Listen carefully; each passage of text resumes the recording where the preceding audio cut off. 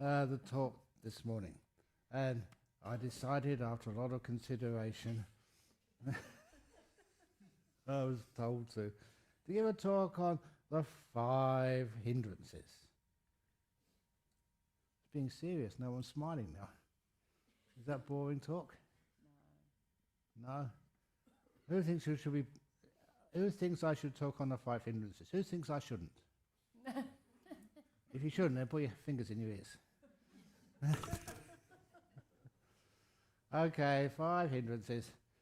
And they have some nice interpretations of the 5 hindrances which make it really quite fascinating, interesting. One of those, the first hindrance of desire. What's wrong with desire? Aren't you trying to aspire towards having a healthy body, a quiet life, a nice peaceful morning and a nice restful morning? That's why I decided to do the talk on silence. That's selfishness. No, but for the 5 hindrances, one of the things which the Buddha said about the 5 hindrances is that the first one, so desire, it puts you in debt. And that idea of being in debt is very rare, for monks to worry about money. And when they do, what's it like? What's it like you haven't got enough money to pay the bills? How does it feel? Is that going to cause you peace and happiness? Or is it going to cause you tension and strife? And the way the Buddha taught it, that if you want something, even wanting to pay off a debt, want something good, want something to help others, even that very wanting, it's like putting you in debt. So every time you want something, a good example of that is, what did you have for breakfast this morning? Is your tummy satisfied? For now, what would you like for lunch? Can you imagine your lunch? Imagine it right in front of you now. Nice, hot, steaming, really delicious, the type of lunch you kind of dream about, you haven't had yet. Let's forget about lunch. Jhanas, nimittas, imagine those. Sometimes it does the same thing. When you imagine these things, it creates that I want. And what happens when you have an I want in the mind? When you have an I want, there's a sense of suffering.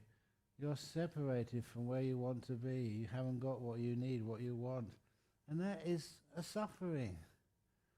That's not contentment. That's not being at peace. Yes, later on, you have to go back to work.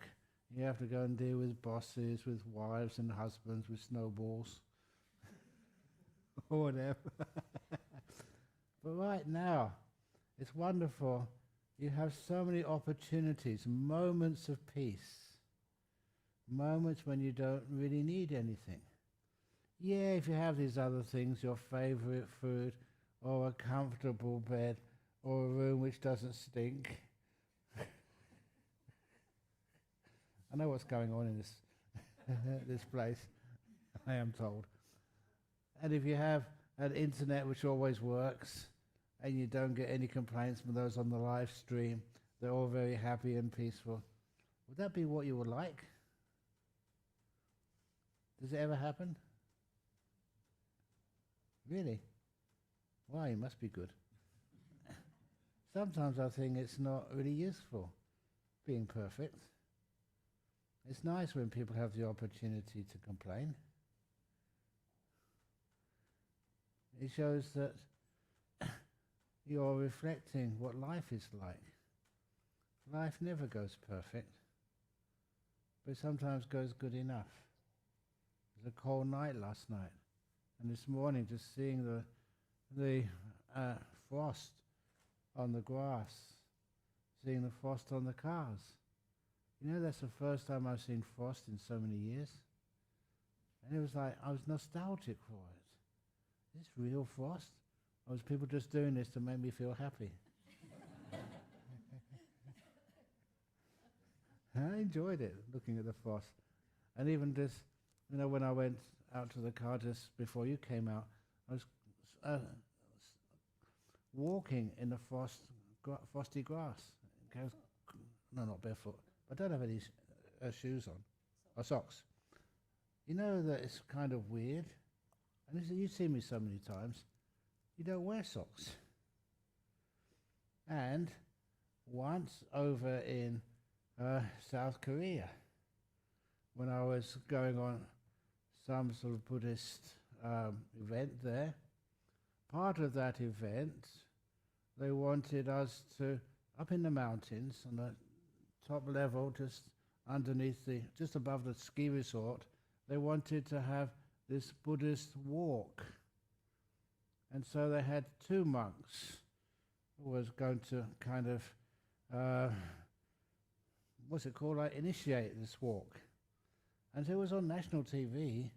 Ajahn Ganha was supposed to be there, but Ajahn Ganha was said to be too sick, so his doctor said, no, you can't go on that walk. So I went. And they had the TV cameras there, and the monk I was walking with only had 3 fingers on his hand. He'd actually burnt 2 of those fingers off himself. Just to put him in front of the candle flame. Could you do that? I thought it was a dumb thing to do. But nevertheless, they thought he was really tough and very cool. But then after a couple of minutes, they noticed this Australian monk, born in England, had no socks on, walking in the snow. And they thought I was cooler than the guy who got his own fingers off. Honestly. And it was really ridiculous. I was very happy just walking in the shoes in the snow without any socks on. I have a really good circulation. I don't feel the cold there. So it's very lovely. And I sorry, I can't help but sort of, what they call it, dob you in. Even the guy who drove us today in the car, I couldn't believe this. He has electrically warm socks on. Got batteries in there. I thought he was joking at first. Before I came in here, he showed them. He really has got batteries to keep his socks warm. Anyhow, what? You'll soon find out. Be patient. You really want to know? That's not the desire. That's cause of suffering. Now you're in debt.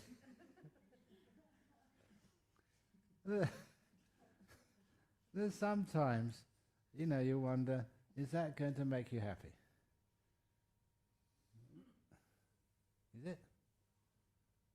If you really are out in the snow all day, fair enough. But a lot of times, I found out as a monk, as a nun as well, you have to endure so much. And after a while you get this sense of inner strength. Because I've always been like this, my blood circulates really well. So it doesn't need to have electrical socks. Sorry, I apologize to you.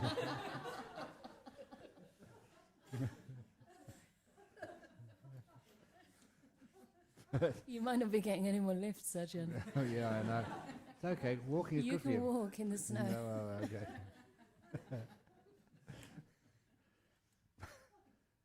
But all the things which one wants, number one, what happens if you don't get it? And a lot of times, you know what because I'm a monk, a senior monk now, so people keep asking you, what do you want? And a lot of times, it's honestly, you ask me, what do you want? And you really want to get me something. I don't know. I really don't know. I get everything I need. The basic requisites for a monk. Place to stay. That's we're working hard to make sure that the council doesn't take away any rights you have already. You have a place to stay as a bhikkhuni. You're not doing any harm, you're actually doing some amazingly good things. This was like when there was another monastery being made over in Australia, Mahayana monastery, and they were having trouble with the council. And so they asked me, can you please come to a meeting with the council to help them out? I said, yeah, of course. Always willing to help whoever wants help. So at the meeting, they chose the right guy to talk to the council, because I said I was a scientist before I was a monk. And in science, one of the things which I read was a report, a science report, well done, over in Taiwan. They noticed that ducks would usually lay an egg once every 3 days. But when they heard Buddhist chanting, they laid an egg every 2 days. The productivity improved. So when I said that to this local council, which had a lot of farmers and egg farms in the area, I said, this is why you should approve this Buddhist monastery. The production is going to go up in the area. And I said it was a very, very good report from a very prestigious publication. It was from the morning edition of the local newspaper. Really dodgy. But nevertheless, it's wonderful when you have a sense of humor to whatever is needed in this world. And that sometimes, they want to hear more funny stories from monks and nuns. And when you do, is this still on? Okay. When you still have funny stories, do you enjoy listening to those funny stories? Even though you may have heard them another 3 or 4 times already, still it gives a sense of harmony. That's one of the things I found out with being jovial, being friendly. Doesn't matter what religion you are, doesn't matter how old or how young, what your culture is, we all tend to laugh the same way. You know what it's sometimes like? Sometimes people are in a bad mood and you tell them a funny story and you can see them trying not to laugh. And then you keep going. And then eventually they do laugh. It's wonderful to actually create that laughter, that little bit of happiness when there's no real cause for it. That joviality, the uplifting. So you don't get that when you want something. You get that when you don't need anything. And so often that's what people ask me, what do you need? Nothing. That's why you spend a lot of time making sure that other people have enough. Enough medicines. Manori, you've got to press a button sometimes to actually authorize that. Can't tell you anything. You can. I'll tell everyone else.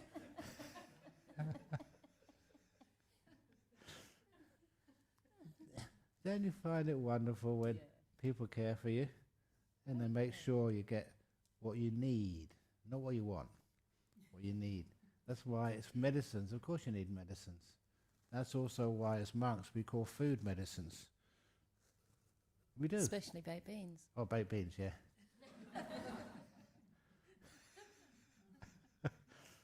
I have plenty of baked beans, but I advise you not to take any. Otherwise there's none left for me. Isn't that sensory desire, Ajahn, the first hindrance? No. That's just honesty. Okay, so Don't the hindrances bend the truth? that's a very interesting comment. What is actually truth? If you do have hindrances, you say, I don't really want this. And the people have given it to me.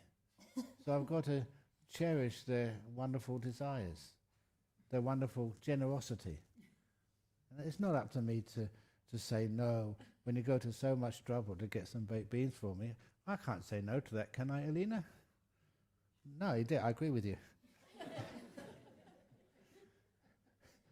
Some people do have excuses. What are you going to do? Argue with them or laugh with them? To me, it's always the laughter is more important. That creates that friendship, happiness. It's up to each one of us to understand why we say these things and what we do. So because of that, it's wonderful when you've had a good breakfast or a good lunch, you don't need anything. What does that feel like? When your tummy is at peace, you've had a good sleep, and you're sitting down comfortably, when your body is at ease. Can you really appreciate that? I often say that one of the benefits of being sick is when you get better. I never felt as healthy as after a sickness has disappeared. It's as if we take our sicknesses or our health for granted. We don't really appreciate it. Except when we get sick, we lose our health, and it's tough again. But anyhow, with even sickness, I always say that I usually thought that if you're very sick, have a lot of pain, it's hard to meditate. Simply because you have that hindrance there. I want to get better. I want to get rid of the illness. But the truth is, as someone said in the questions last night, when they were sick, they found it easier to meditate. They had more incentive. For me, there's just no incentive at all. Wanting is. And when you just allow that to disappear, instead of wanting something in another place, in the future or whatever, or even worse, wanting the past to be different, when you want just nothing at all in the whole world, and someone comes up to you, and they really do ask you, do you need anything? And you say, no.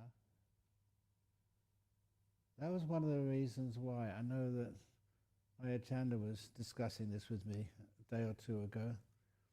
She was asking, you were a disciple of Ajahn Chah, stayed 9 years with that monk. Was he enlightened? And I told him, I can say about other monks, I can never say about myself. I said, yeah. And the one thing which really impressed me more than anything else was when one day he asked me to go up to his room and get, I think, a book or something. And I went up there. At this time, Ajahn Chah had so many wealthy people visiting him. Basically, whatever he needed, he could get it. Just flicker a finger. Even like the Queen of Thailand would be whatever he needed, she would offer it to him. When I went into his room, even now, it kind of inspires me, excites me. In his room was nothing. Had a grass mat. His pillow, a wooden pillow. I could not sleep on that. And this monk could have satin silk pillows, as many as he wanted. But he had nothing, just a wooden pillow and a spare robe on the line, and that was about it. The famous monk literally had nothing.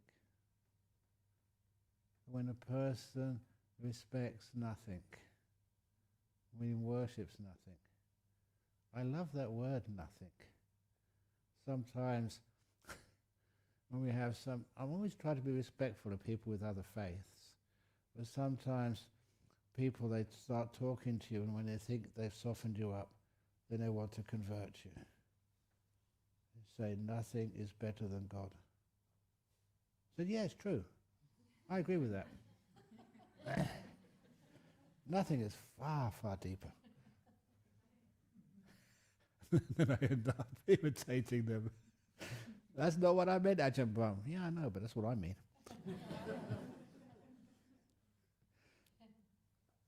That's why the word nothing is so easy for people to misunderstand. You know what first one I was going to give a talk on was insight. What do you see if you see inside? What are you looking at? Nothing. To explain this to you, this is one of those great stories from Ajahn Chah. You won't find this in the suttas. This is how he experienced the teachings of the Buddha in the sutta. On one occasion, let's go back a bit. When Ajahn Chah started to get sickly, so we thought that why not we do something to help our teacher? That's what you do to teachers. You want to make sure that they are healthy, live long, teach a lot. And so we found out that in the monks' rules, you could build a sauna. You know, the saunas were not invented in Sweden. They had saunas in India in the time of the Buddha. And so we decided to build him a sauna. So, you know, it was hard work, but we did it. But it was also motivated not just to look after our teacher, also for ourselves as well. Because if we invited a teacher to come once a week to take his sauna, he'd always give us a talk. So if you manage to get a tea shop here, which serve baked beans as well, I'll be here every week. No, okay, it's too far. But anyhow... You actually said you'd take over the monastery. Which one? I didn't say which one. My monastery. You don't own a monastery. It's owned by the trustees. And who's the head trustee? There is no head. It is. Yeah. I'm the chair monk of the Board of Trustees. Is that the case, Madam Secretary? Yes, but But there's no hierarchy. okay, let's go back to the story. What was it? Okay, Ajahn Chah. Yeah. So Ajahn Chah would come every week. And just to let you know that sometimes even these great monks, they give amazing talks. And sometimes it's rubbish. Not really rubbish, but it just goes on and on and on. It doesn't really grab you. But sometimes he gives us amazing talks. And this one day he gave this incredible talk before his sauna. When someone gives a really good talk, don't go up and say thank you. Just find a nice little quiet place to meditate. You get so inspired. And meditation becomes so easy. You know, you just explain something deep you haven't seen before, and you get so much beautiful energy inside. You just go to a nice quiet place, close your eyes, and just meditate. That's what I did this one day. He gave a wonderful talk. There's many other people to look after him, so I just sat in the corner, actually just round the back of the hall, alone, just on the concrete, no cushion, I didn't need one. And I was actually thin at that time. And it was such a beautiful talk. You soon get so inspired, you get into gorgeous meditation. And then I came out afterwards, didn't worry about the clock, but I saw afterwards about 2 hours. And I thought, oh my goodness, maybe I've been meditating for too long. But I thought, I never know. I go to the sauna, maybe Ajahn Chah would be there. And I found out I was too late. Ajahn Chah had already finished, had robed up, said his goodbyes to the other monks, and was walking on the path. We were going to cross paths.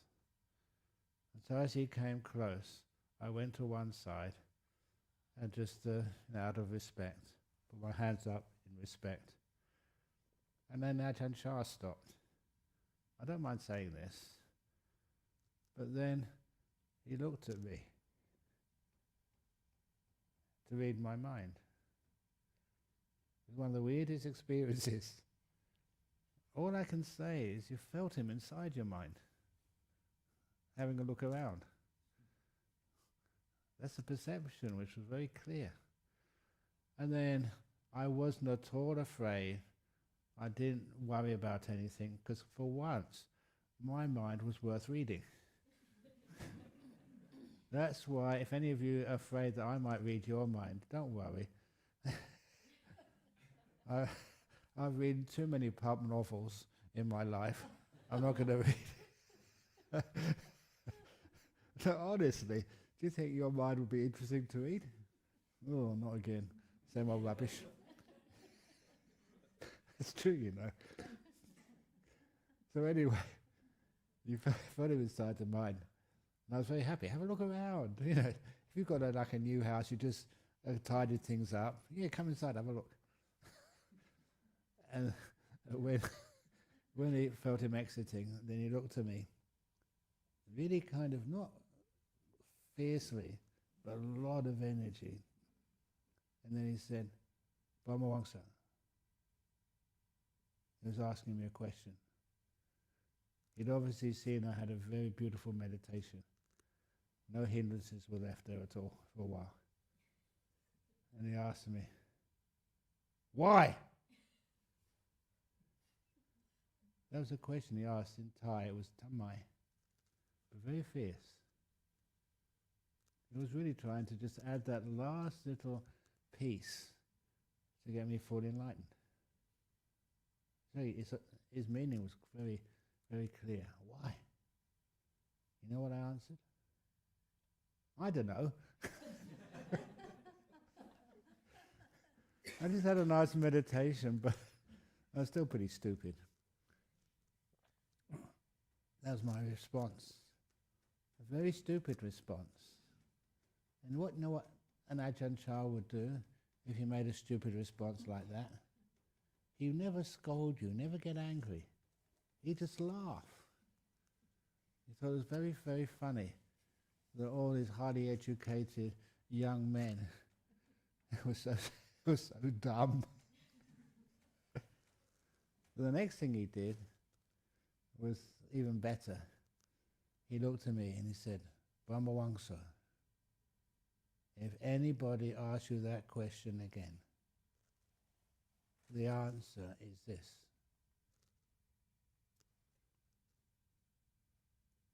And that told me the answer. Very nice of him. Anyway, back to...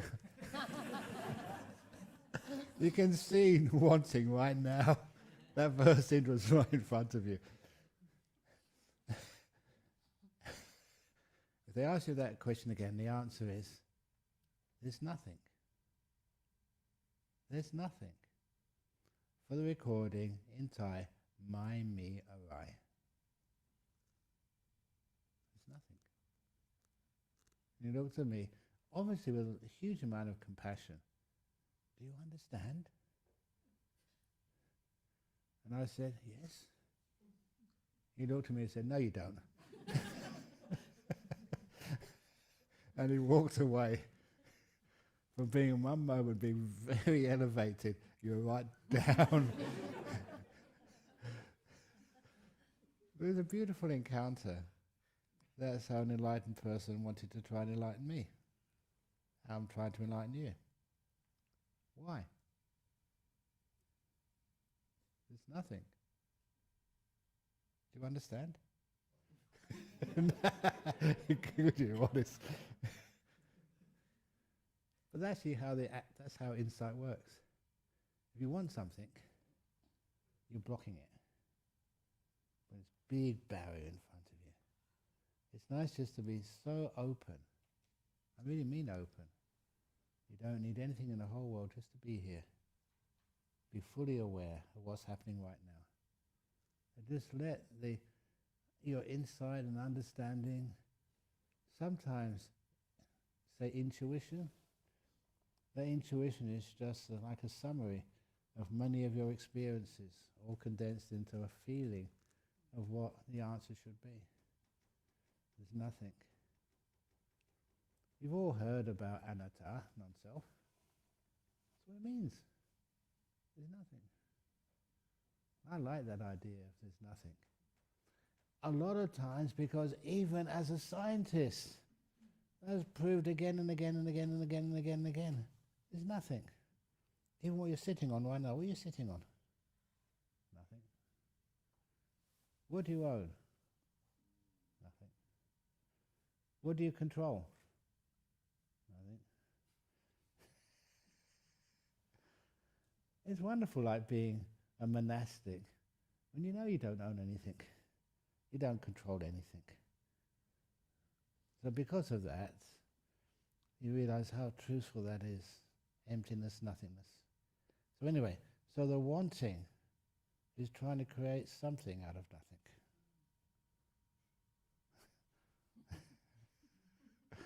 That's why it's painful. It takes up so much energy. That's what puts you in debt.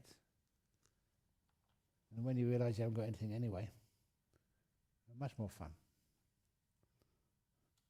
In all these years, I haven't received any money. 51 years I've been a monk. Actually, coming up to 51 years. You know my birthday? Monk birthday? Do you? Monk birthday, yeah, December the 14th. No? No. No, you don't. Oh, good. It's December the 5th. Oh. No, next week, isn't it? Yeah. Next week I'll have completed 51 years. And my sentence has not been reduced. It's not a sentence, it's a beautiful thing to do. Sometimes, honestly, you said it'd be lovely if I could take over Anukampa Monastery. You know what, one of the reasons I can't, I'm being really honest now, is why did I end up as an English monk going to Australia? What am I doing there? And the reason is because I made a vow, a kind of determination which I said I'm going to keep no matter what. And that vow was I would never travel anywhere unless my teacher Ajahn Chah told me to go. And I wouldn't come back unless Ajahn Chah told me to come back. And I really kept that. And so it was one day they needed another monk over in Perth, Western Australia. And Ajahn Chah looked at me and said, "You, go off to Western Australia." That's how I went there the first time. About 2 weeks after he told me to go to Western Australia, Ajahn Chah had a stroke and he couldn't speak anymore. And I've been stuck there ever since. That's honest. Is that a respect for the teacher? And basically, I don't really mind where you go. You can always make something out of it. And you've done pretty well over in Western Australia. Obviously, I come and visit over here, and I always will do. But the ability to, wherever you go in this world, you change your perceptions to make it good. So I do recall the last talk which I gave to the monks, my friends over in Thailand, before I got on the aircraft to go to Perth. It was based on one of the Buddha's suttas. And the Buddha, one of the Buddha's disciples, said he was going to go to the very northern part of India to spread the Dhamma. And the Buddha actually warned him. So that's a very rough place, a very difficult place. The people in that region have got a reputation for being selfish and violent. He said, "That's okay. I'm going over there to spread the Dhamma, to change people's ideas and behavior." "Okay, but what happens if no one feeds you?" So "That's okay. I will just fast." Now we all eat too much, and when you fast you can have so much peace and quiet, you can get such deep meditation. That may just be enough to take me over that boundary between this life and the next, or rather between being an ordinary, I think he was already an Aryan, once returned or something, I can become a fully enlightened. Okay, but what happens if they don't feed you and they also harass you, call you bad names? Well, it's okay. People will call you bad names anyway. What's the problem? Okay, what happens if people hit you? That's okay. They're going to hit you, you only get a bruise, that's all. That's not a problem. What happens if they shoot you or stab you? That's okay, we've got to die one day anyway, so I'll just die over there. And the Buddha said, "Okay, you're the type of person who can go to a place like that." And he did. And of course he got well fed, well looked after, and the people there loved him so much. After 1 year he came back to visit the Buddha with a large number of people who were praising him so much. And that was the story I said before I went to Australia.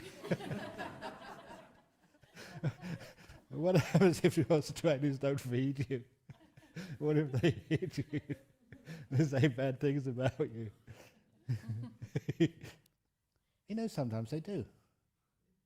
They say bad things about you. But a lot of times, when they try to sort of abuse you, I remember I was loading up the monastery vehicle because I was also building a lot, and with all sorts of wood and stuff. And when this lady came out, she's about 13 or 14.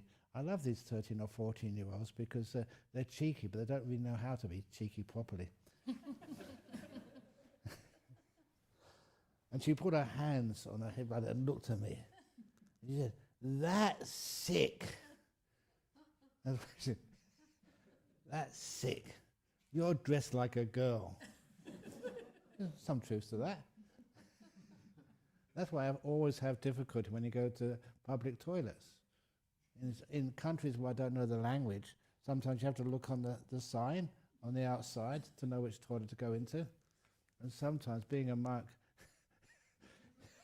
it'll be very easy to go into the wrong toilet. So I usually wait till somebody else goes in, then I know. That's true. Anyway, it's dressed like a girl. When people say things like that, I just think it's so funny. I don't do that to laugh at someone. I just thought it's a wonderful thing that people could say bad things about a monk. And you laugh. Punching. Have I ever been punched in the nose? This is a story. It's a beautiful story. 5 minutes. I haven't even got to the second hindrance yet.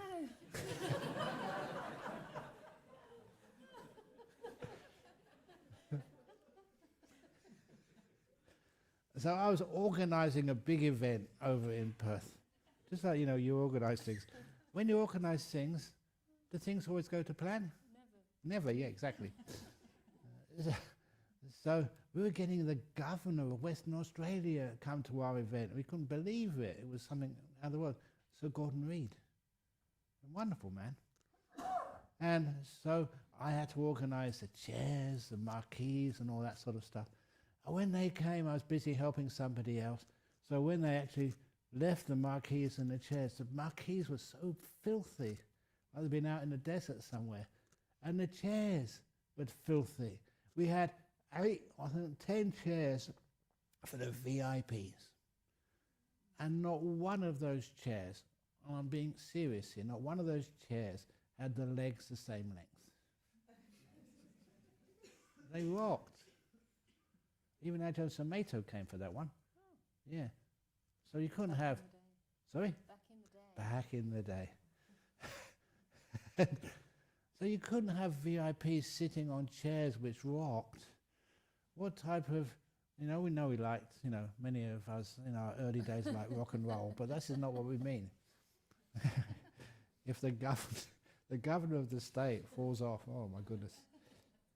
So anyway, I had to call the head of the hire company really quickly. I got her just before she closed up the shop on a Friday afternoon. I said, "Look, you need to change the chairs.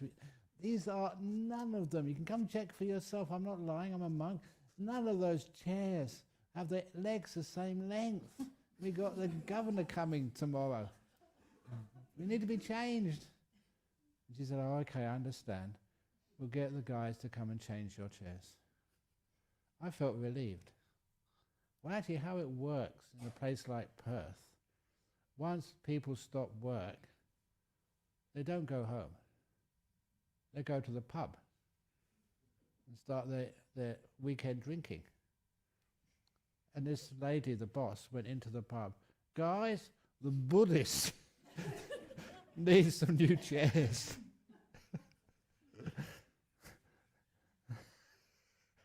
They were really upset at us, these workers. And so when the truck came with the new chairs, it was still moving about 10, 20 kilometers an hour, and one of the guys jumped out and came running towards us. "Where's the bloke in charge? I want the bloke in charge," he was screaming. Who was the bloke in charge? So I went right up to him and said, "I am the bloke in charge." And that was a wonderful time. He had his fist right in front of my nose. And he had been drinking a lot of beer. It was the most alcohol I'd ever smelt in all the years I've been a monk. And all of your friends, have you ever noticed this? If ever you're in dire danger, all of your friends do absolutely nothing. They all go, what's going to happen? That's what they're doing there, just wondering what's going to happen. Fortunately, I didn't need their help. One thing you are mindful of, and which you learn when you don't want anything, you don't have any fear, you understand now what violence actually is and how it works. You can't just get violent immediately. It's what I've called like the foreplay before mindfulness can actually happen. It's things like, yeah you, it's your fault, no you fault. And it builds up until there's conflict. Oh, it's just peaceful. Loving kindness, peace. And I hope that you've had these experiences, because after a while, you find you're invulnerable, and the other person doesn't know what to do.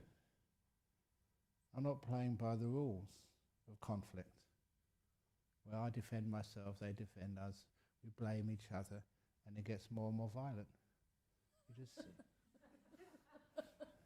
You're just standing there. Thank you, that's very kind. And it's there for about 2 or 3 minutes. It's just in front of me, just with his fist clenched. I wasn't smirking. That would be a punch for sure. I was just being peaceful. And he had not a clue how to respond, go further. He was saved by his boss. Once the lorry was parked, came running towards us and said, come on, let's help load the chairs. So, yeah, I'll help you. And we did that together. It's wonderful when those things kind of happen. You learn that all your training actually works. You know, you can be mindful. You don't want to try and tell somebody off or be superior to them. You just want to make sure that we don't go any further with violence. So anyway, that was a wonderful time. Other times I've had... you see that? I feel like a ball when you go charging at you.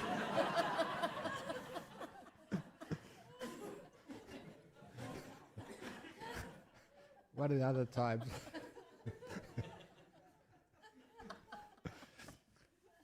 You had stones thrown at you? I love the time. It's 9:15, just to let you know. Okay, you let me know, yeah. So all these times you find out that the insight which you get when things like ill will and wanting, obviously sloth and torpor, you can't get any insight with sloth and torpor. Even like restlessness. What do you want to be restless for? Where do you want to go? No place is better than this right now. Sometimes we always want to go somewhere else. It's nice being still. But then you look at me and say, but Ajahn Brahm, you go travelling around so far in nice aircraft, and you say we should just be... I do not fly anywhere. That's honest. I go in the aircraft, sit down, the aircraft does the flying, I just close my eyes, meditate, and when I open my eyes again, I've arrived at the destination. I don't do anything. Is that true? Pretty much. So if you don't fly anywhere, even though you travel on aircraft, you know how to travel peacefully, not being restless. Whatever you have to do in life, be here while it happens. And you find actually you don't go anywhere. The world, time, flows past you. You're always here. That's why many people, before I left Australia, they asked me, are you going to be here next week? Oh yeah, I'm always here. It's only the people around me change and the places change. But I have this perception of not going anywhere, just being here. No sloth and torpor, no restlessness. And the last thing, doubt. Can I say anything about doubt? Oh, I'm not sure about that. I I doubt No doubt. that you've got time. Okay, very quickly. Doubt. With something like doubt, is one of the most difficult ones to understand. It's a different way of perceiving. It's a perceiving with 100% confidence. Perceiving and all your senses are working clearly. It's like you have glasses and they're a bit dull and you just, or not glasses, like a telescope or binoculars, and you just focus them. And when your mind is very focused, whatever you see, hear, smell, taste, touch, know, is accurate. That's one of the reasons why. I'll just say this quickly and then finish the talk. That time I told you already when I remembered an early life memory of like being a baby. You know, I did experience things which I never thought were possible, like understanding how a baby smells their mother.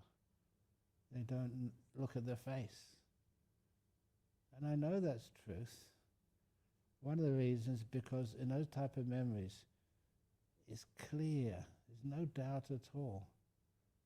It's like you can just close your eyes and just recall it. And because of that, I've always wondered, why is I'm so sure that was a real memory. I wasn't imagining it. And there was new information which I never knew before. And how could I know? And I was so stupid to realize, not to realize that, after deep meditations, the hindrance of doubt has gone. If you want to find out, who you were in a previous life, you go through a hypnotic regression, you still have doubts. If you get that out of a deep meditation, you have no doubts at all. Or was you? You remember it. Not only that, you can check it out afterwards if you wish, but nevertheless, no doubt at all. It's a truth you can rely on. You haven't been, your perceptions have not been distorted at all. That's why those hindrances, when they are overcome, it means you can trust what you've seen. Not just trust it now, but it leaves an imprint on your mind called memory, real memory. And you don't distort it at all. No reason to. There's nothing there to bend your perceptions. And that's why those insights which come up after the deep meditations are reliable. How much have you remembered from this morning can you rely on as actually true? Not much. If you had a deep meditation and then you've had some nice insight, you can rely upon that. It's a different quality of knowing. That's a quality which has no doubt at all. Imagine the confidence that gives you. Great insights, great understandings. Not a shadow of doubt, because it's come on the basis of a deep meditation. Thank you for listening, and thank you for enjoying just no talk, which is making up as I go along, as usual. Was it enjoyable? Yeah. Useful? Okay. We don't know. Don't know. Because of doubt. Doubt? No. No doubt. Sadhu, sadhu, sadhu.